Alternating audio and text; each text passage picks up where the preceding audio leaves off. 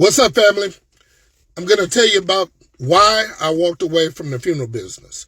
I'd always wanted to be in the funeral business my whole entire life. I grew up in a small town, and the funeral director was the most respected, most honored man in town because he crossed all lines. And he was there to serve families in their time of need. So I idolized that, and that's what I wanted to become. I would have an opportunity to work for them, maybe as a flower attendant or in some capacity. So I knew this is what I wanted to do. And I felt like it was a calling from God, and it was my passion.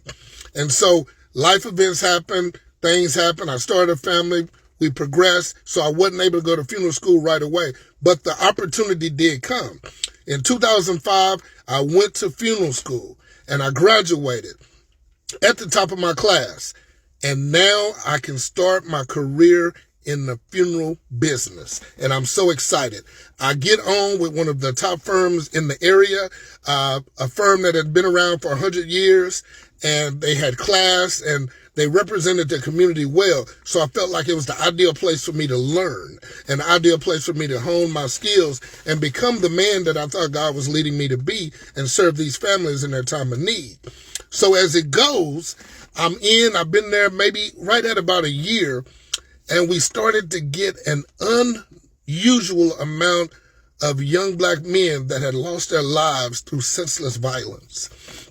And at the time that this was happening, my family was being shredded through my own actions, things that I had done.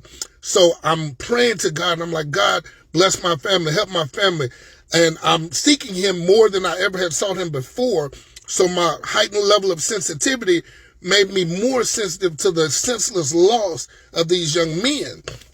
And there's one particular time, this young man's funeral, I'm driving him to the church. And I am getting ready to prepare his family so that they can see him and all of the things that go along with what you do before a funeral.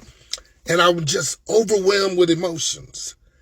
I'm like, God, why are all these young black men losing their lives? And I'm like, what in the world?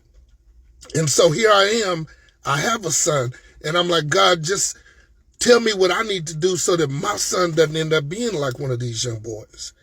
Because most of the times it was the same situation. It was the father wasn't around. Either he had lost his life, or he was incarcerated, or he just wasn't around. And I could see these mothers and grandmothers preparing and scraping up to bury this child. There's going to be a part 2.